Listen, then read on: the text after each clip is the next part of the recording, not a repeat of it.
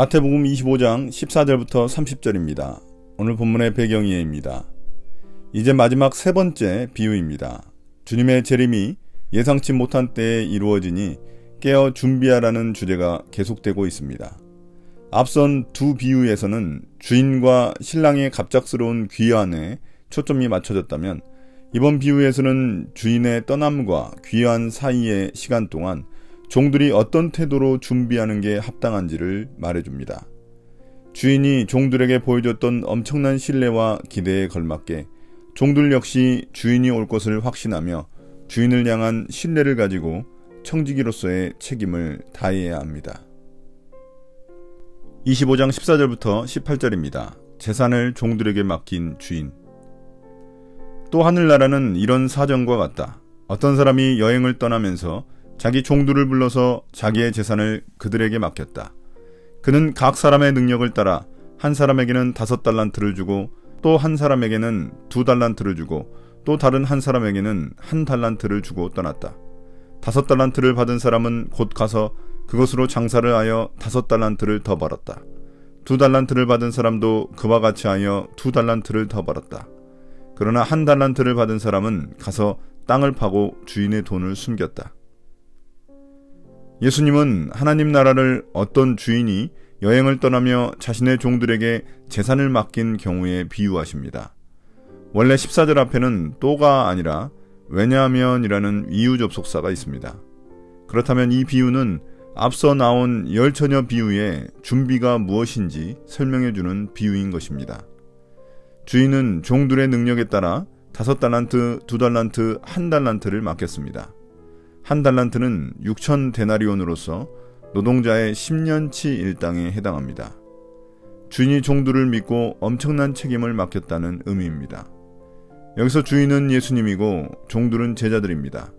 주인이 여행을 떠난 것은 예수님의 승천을 의미하고 주인이 돌아오는 것은 예수님의 재림을 의미합니다. 달란트가 무엇을 의미하는지에 대해서는 역사적으로 많은 논쟁이 있었습니다. 은사나 재능을 일반적으로 의미한다고 생각하지만 그것보다는 오히려 맡기신 책임의 크기를 의미하는 것처럼 보입니다. 능력에 따라 책임의 크기를 나눠주시는 분은 하나님입니다. 제자들의 사명은 자신들에게 주어진 책임을 잘 감당하는 것입니다.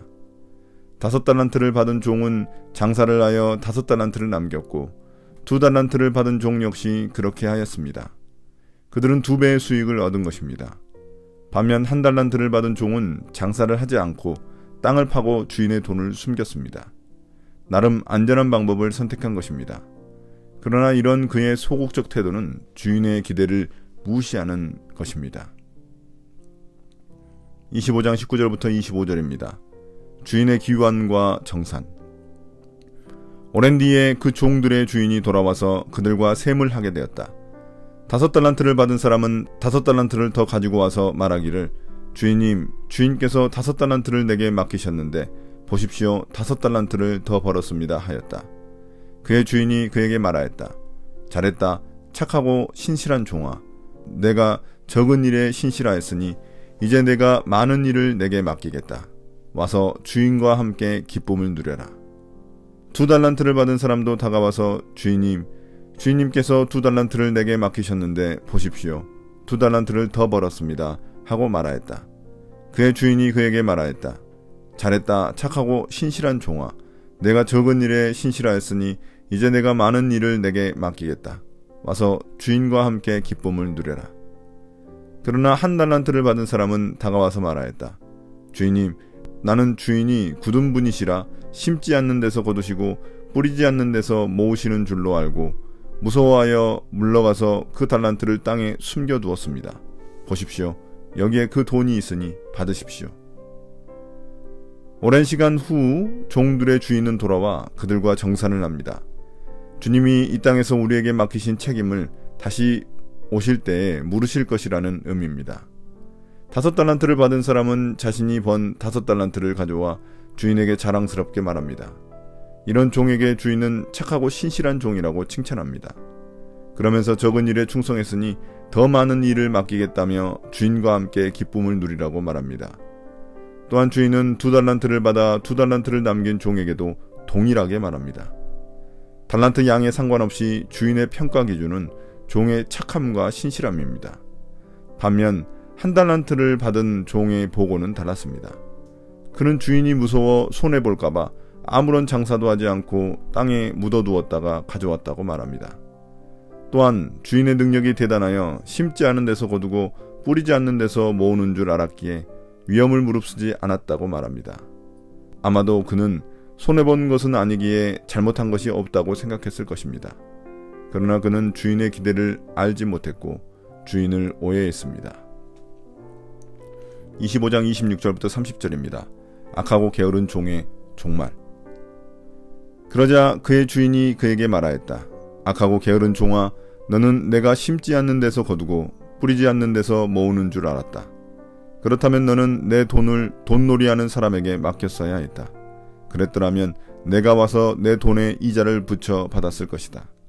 그에게서 그 한 달란트를 빼앗아서 10달란트 가진 사람에게 주어라.